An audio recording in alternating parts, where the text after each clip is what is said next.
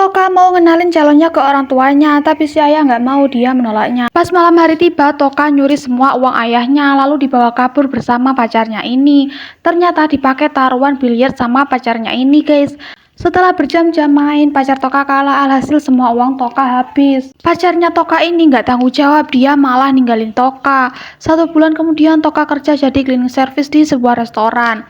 Dia ngelihat pacarnya bersama wanita lain. Toka sedih dan menyesal. Dia ingat bahwa ayahnya nggak suka sama pacarnya. Sampai-sampai si Toka ngorbanin nyuri uang ayahnya.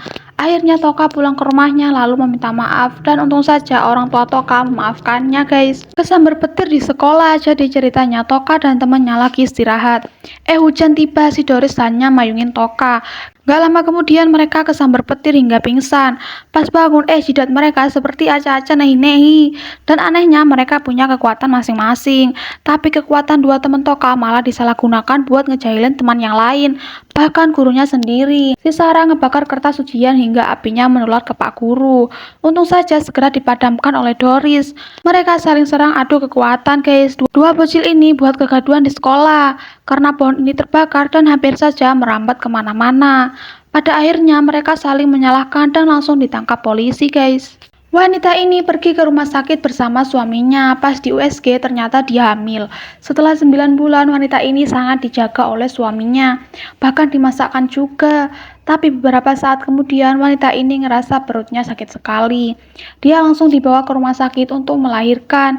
Pas bayinya keluar, suaminya kaget karena warna kulitnya coklat. Dia ngira kalau istrinya selingkuh dengan pria coklat. Kebetulan sekali pria itu ada di depannya. Dia tambah suzon nih. Tiba-tiba suster ngambil bayi itu lalu dikasihkan pria coklat tadi. Dan ternyata itu bayinya, guys. Pas masuk ke dalam, istrinya udah lahiran. Warna kulitnya pun gak jauh beda sama mereka. Emang ya pria ini gampang banget buat suzon. Apapun yang berlebihan itu nggak baik ya, guys. Seperti contoh nyamuk ini, dia mau meluncurkan aksinya tapi terhalang tirai. Tapi dia berhasil masuk ke dalam dan berada di atas perut pria ini. Si nyamuk segera menyedot darah pria ini hingga perutnya membesar. Karena keenakan, nyamuk ini serakah, seperti darahnya pria ini mau dihabiskan semua. Hingga pas dia udah kenyang, nggak bisa bangun. Tiba-tiba tangan pria ini mau nabok perutnya. Si nyamuk berusaha kabur tapi nggak bisa keluar. Dan alhasil dia meninggoy kena tabokan pria ini, guys. Pria ini ngambil minuman lalu gagang pintu kulkasnya patah. Hingga nggak bisa ditutup. Pria ini menutupnya dengan paksa dan tidak menservisnya. Dia langsung pergi begitu saja.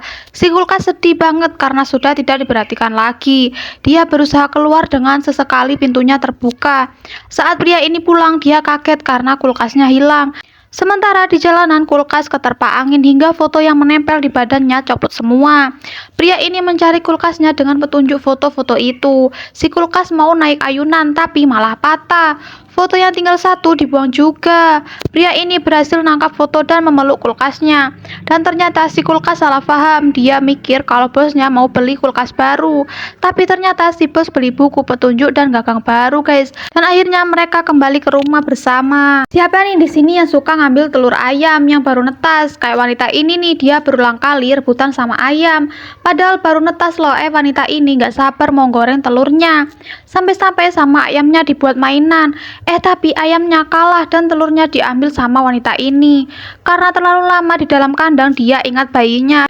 Dan langsung meninggalkan drama sama ayam tadi. Pas nyampe di kamar, si bayi hilang. Setelah ditelusuri, ternyata dicuri ayam untuk dirami, guys.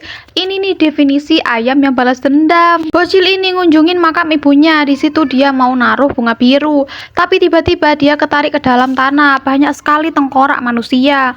Mereka bermain musik gembira. Si bocil takut mau pulang, tapi dia ditarik sama tengkorak ini. Dikasih makan, bocil ini juga gak mau. Lalu diajakin main sama tengkoraknya. Bocil ini sangat bahagia dan tiba-tiba tengkorak tadi berubah wujud menjadi ibu bocil ini. Tapi ternyata bocil ini mimpi. Dia ketiduran di atas makam ibunya.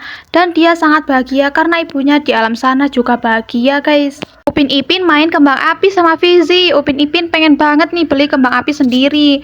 Dia minta ke Opa tapi nggak dibeliin karena takut Upin Ipin terluka kalau main kembang api.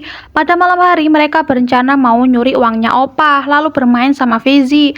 Tapi tiba-tiba datanglah wanita cantik yang ngehukum mereka karena beli kembang api dari hasil nyuri. Alhasil mereka jadi gosong. Upin Ipin menyesal lalu meminta maaf kepada Opa, guys.